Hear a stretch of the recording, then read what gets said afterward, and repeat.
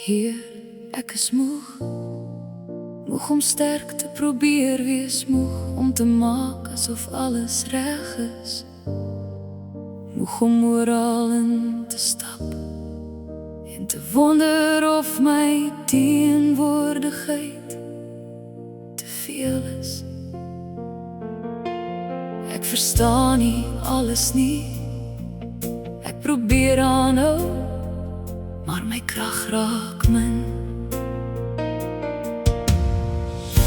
As U my hoor, antwoord my, as U my sien, moenie by my verbygaan nie. Moenie by my verbygaan nie.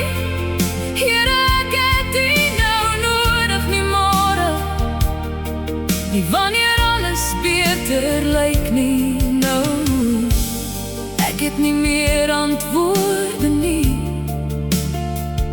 net hierdie gebroke hart wat aan U bly vasklou. Ek hou myself al hoe kleiner, net om minder plek op te neem.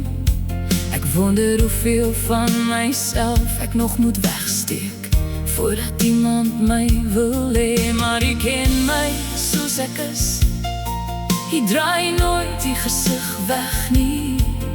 Wanneer almal my miskyk, bly U na my kyk. Ek het nie nog planne oor nie, ek het nie nog woorde oor nie, net hierdie een gebed.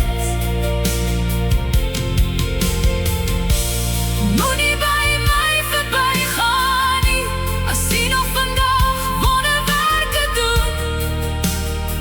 Begin by my, raak aan hierdie stukkende hart, spreek net teenwoord, want teenwoord van U kan alles verander. Moenie by my verbygaan nie. Here, ek het U vandag nodig. Toe ek gedink het ek is te veel, het U my nog steeds lief gehad. Toe ek gedink het niemand sien my nie, het U my nog altyd gesien. Toe ek aan die einde van myself was, het U my vasgehou. En toe ek niks meer gehad het om te gee nie, was U genoeg.